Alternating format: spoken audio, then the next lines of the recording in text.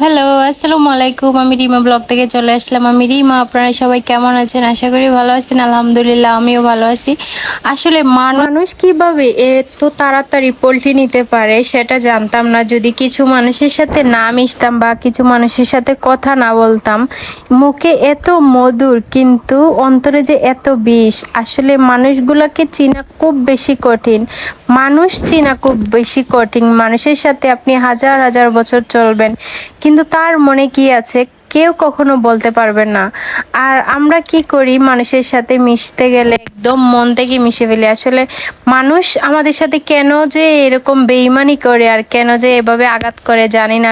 কখনো তো কারোর কোনো ক্ষতিই করি নাই, তাহলে কেন আমাদের সাথে এরকম আচরণ করে বা এরকম আঘাত দেয়। খুব বেশি কষ্ট লাগে যখন মানুষে মানে এত আপন করে নেয়, কিন্তু আপনের ভিতরে যে কিভাবে এত কষ্ট দিতে পারে। যেমন আপনার সাথে এত মধুর মধুর কথা বলে, এত সুন্দর কথা বলে, আপনাকে এত আশা দেখায়, দেখানোর পরে এই মানুষটা এই জায়গা থেকে কিভাবে চলে আসতে পারে। আসলে যখন এই জিনিসগুলো মনে হয় বা এই সময়ের কথা যখন মনে হয়, তখন খুব বেশি কষ্ট লাগে, খুব বেশি খারাপ লাগে। আর মানুষ চিনতেও খুব এখন ভয় করে, যে একটা মানুষের সাথে কথা বলতেও ভয় করে, কারণ ওই মানুষটা যদি আবার আমাকে এভাবে ঠকায়। আর মানুষের কথা কি বলবো।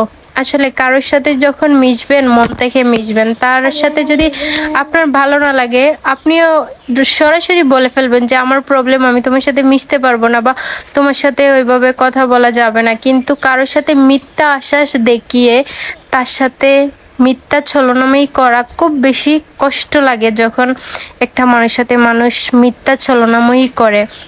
তো যাই হোক, এই তো আমি আর আমার ফ্রেন্ড মিলে চলে আসলাম কিছু ভিডিও করার জন্য। আর এই তো আমাদের এখানে লাগাটা তীরের নদী অনেক সুন্দর, অনেক। আপনারা আমার রিলসগুলো দেখে অনেক বেশি পছন্দ করছেন। আর এই যে দেখেন আমার বেস্ট ফ্রেন্ড, ও ছাগল চুরি করতেছে।